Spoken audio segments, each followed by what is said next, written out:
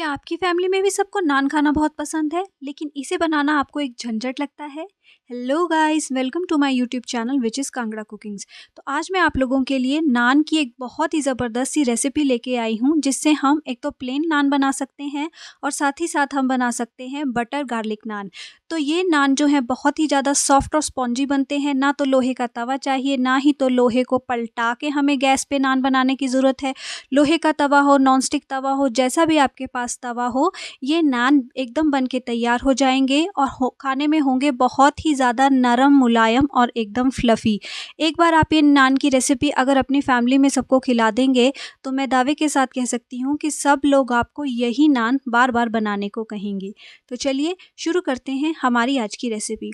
तो ये नान बनाने के लिए मैंने यहाँ पे लिया है 2 कप के करीब मैदा, और इसमें मैं अब डाल रही हूँ 1 टीस्पून चीनी, 1 टीस्पून चिली फ्लेक्स, 1 टीस्पून मैंने यहाँ पे कसूरी मेथी ली है, और उसके बाद मैंने 1 टीस्पून के करीब यहाँ पे नमक डाला है, और साथ में ही हम यहाँ पे डाल देंगे 1 टीस्पून के करीब ही बेकिंग पाउडर। ये बेकिंग पाउडर है, बेकिंग सोडा का इस्तेमाल मैंने नहीं किया है। अब मैं यहाँ पे डाल रही हूँ 1 टीस्पून ही कलौंजी, नाइजेला सीड्स भी जिन्हें कहा जाता है, और अब मैं डाल रही हूँ 1 टेबलस्पून के करीब दही।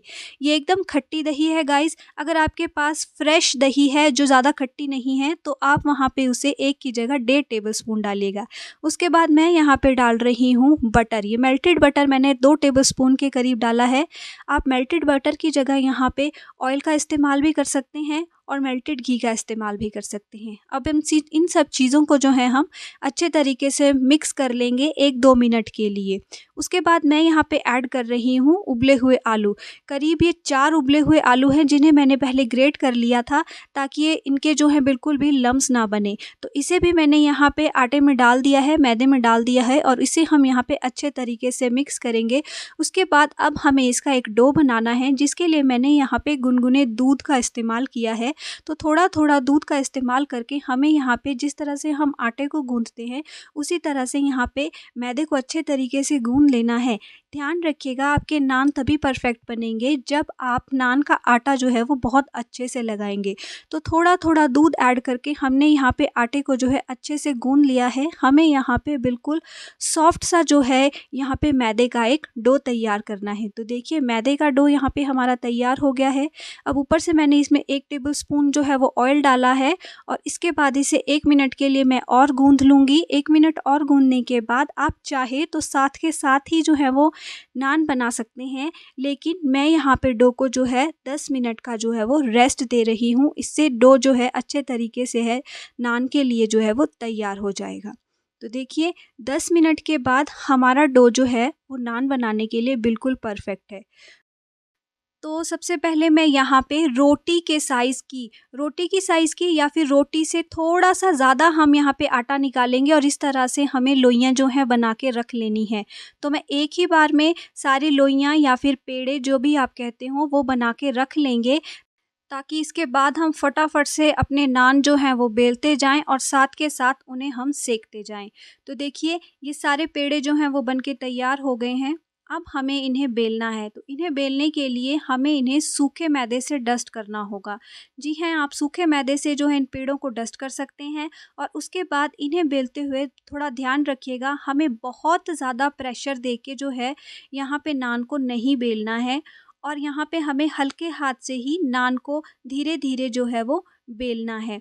तो देखिए, बहुत ही ज़्यादा आराम से जो है सूखे मैदे की मदद से जो है ये नान जो है बहुत ही ज़्यादा आराम से जो है वो बेले जा सकते हैं। तो देखिए, एक नान जो है वो मैं बेल चुकी हूँ। तो अब मैं आपको दिखाती हूँ आपको कितना मोटा जो है एक नान रखना है। बेसिकली आप ये ध्यान रखिए कि जिस तरह से हम एक नॉर्मल पराठा बनाते हैं, नॉर्मल पराठे की जो मोटाई रहती है, उतना ही हमें नान जो है मोटा रखना है, उतना ही नान जो है हमें थिक रखना है। रोटी की तरह बिल्कुल पतला जो नान है वो हमें नहीं रखना है। अब मैंने यहाँ पे लिया है एक पैन। आप पैन की जगह नॉनस्टिक तवा, कोई भी तवा ले सकते हैं। मैंने यहाँ पे नॉनस्टिक पैन लिया है। फिर जब ये मीडियम हॉट हो गया था, तो उस टाइम पे मैंने यहाँ पे हमारा नान जो है यहाँ पे पकने के लिए डाल दिया है। नान को आप 1 मिनट कम से कम पकने दीजिए। उसी के बाद हमें इसे बदलना है, उसी के बाद हमें इसे फ्लिप करना है। और गैस की फ्लेम जो है वो भी बिल्कुल मीडियम होनी चाहिए, गैस की फ्लेम बहुत ज़्यादा नहीं होनी चाहिए।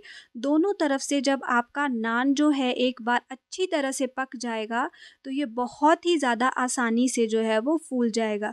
तो ये देखिए, मैंने यहाँ पे किचन टॉवल की हेल्प से नान को बहुत अच्छे तरीके से फुला लिया है। मैं देखिए आपको एक और दिखाती हूँ, एक और नान मैंने यहाँ पे डाला है। अब नान को आपको एकदम नहीं बदलना है। नान में जब ऊपरी सतह पे इस तरह से बबल उठ जाएंगे, ये देखिए जो ये बबल उठ रहे हैं ये उठ जाएंगे, तो हम यहाँ पे नान को जो है वो पलट देंगे। इस स्टेज पे हमें यहाँ पे नान को जो है वो पलट देना है। और दूसरी तरफ से भी नान को यहाँ पे आपको कम से कम 1 मिनट के लिए अच्छे से पकने देना है। नान बेसिकली दोनों तरफ से जब अच्छी तरीके से पका होगा तभी वो फूलेगा। तो ये देखिए दूसरी तरफ से भी ये अच्छे से पक गया है। और ये देखिए मैंने यहाँ पे स्पैचुला की मदद से हल्का हल्का इसे प्रेस किया और हमारा नान कितने अच्छे तरीके से फूल गया है। इसके अलावा मैं आपको एक और तरीका बताती हूँ। जब दोनों तरफ से इस तरह से नान सिक जाए तो आप नान को जो है डायरेक्ट गैस पे फुला सकते हैं, जिस तरह से हम रोटियों को फुलाते हैं, जिस तरह से हम चपाती डायरेक्ट गैस पे फुलाते हैं। तो इस तरह से नान में जो है एक तंदूरी नान का जो है एक टेस्ट आ जाता है। और ये देखिए हमारे सारे नान जो हैं बनके हो गए हैं बिल्कुल रेडी। मैं आपको दिखाती हूँ हमारे नान कितने ज़्यादा सॉफ्ट और फ्लफ़ी बने हैं, एकदम रुई की तरह, रुमाल की तरह नरम, खाने में भी बहुत ही ज़्यादा सॉफ्ट और बहुत ही ज़्यादा नरम। चाहे इन्हें मखनी के साथ खाइए, दाल मखनी के साथ खाइए, शाही पनीर के साथ खाइए या फिर छोले के साथ खाइए। अब हमें इन नान को और भी ज़्यादा सॉफ्ट बनाने के लिए एक ख़ास काम करना है, जिसके लिए हम यहाँ पे ले लेंगे बटर। तो बटर में जो है मैंने यहाँ पे डाल दिया है बिल्कुल बारीक बारीक कटा हुआ लहसुन, गार्लिक डाल देंगे और इस मिक्सचर को हमें अप्लाई करना है हमारे सारे नान के ऊपर। इससे जो है गार्लिक का एक बहुत अच्छा सा फ्लेवर आ जाएगा हमारे नान में। तो आप चाहें तो प्लेन नान खा सकते हैं और आप चाहें तो बटर गार्लिक नान। और बटर लगाने के बाद आपके नान और भी ज़्यादा सॉफ्ट और एकदम फ्लफ़ी बन जाएंगे। तो देखिए सारे नान में जो है मैंने यहाँ पे ये बटर लगा लिया था, गार्लिक बटर जो है वो लगा लिया था। और बिल्कुल हमारे गार्लिक बटर नान बिल्कुल बाज़ार जैसे, रेस्टोरेंट जैसे एकदम रेडी हो गए थे बहुत ही कम समय में। ये रेसिपी गाइस ज़्यादा से ज़्यादा आधे घंटे में बन के तैयार हो जाती है। बहुत ही ज़्यादा टेस्टी ये नान बनते हैं। आप जिन लोगों को प्लेन बटर नान पसंद है वो प्लेन बटर का इस्तेमाल कर सकते हैं, गार्लिक का इस्तेमाल ना करें, क्योंकि अपने ही घर में बना रहे हैं तो मन मर्जी के मुताबिक खाएंगे। तो बिल्कुल हमारी रेसिपी जो थी बहुत ही ज़्यादा मज़ेदार बनी थी। तो गाइस आपको अगर मेरी रेसिपी पसंद आई हो तो प्लीज़ मेरे चैनल को सब्सक्राइब कीजिए, लाइक कीजिए, शेयर कीजिए और प्यारे प्यारे से कमेंट्स कीजिए, ताकि मैं आपके सामने इसी तरह नई नई मज़ेदार सी रेसिपीज़ की वीडियोज़ जो है वो लाती रहूँ। फिर मिलेंगे एक और नई वीडियो में एक और नई रेसिपी के साथ। तब तक के लिए take care and bye bye. Please do like, share and subscribe to my channel, and also thanks for watching.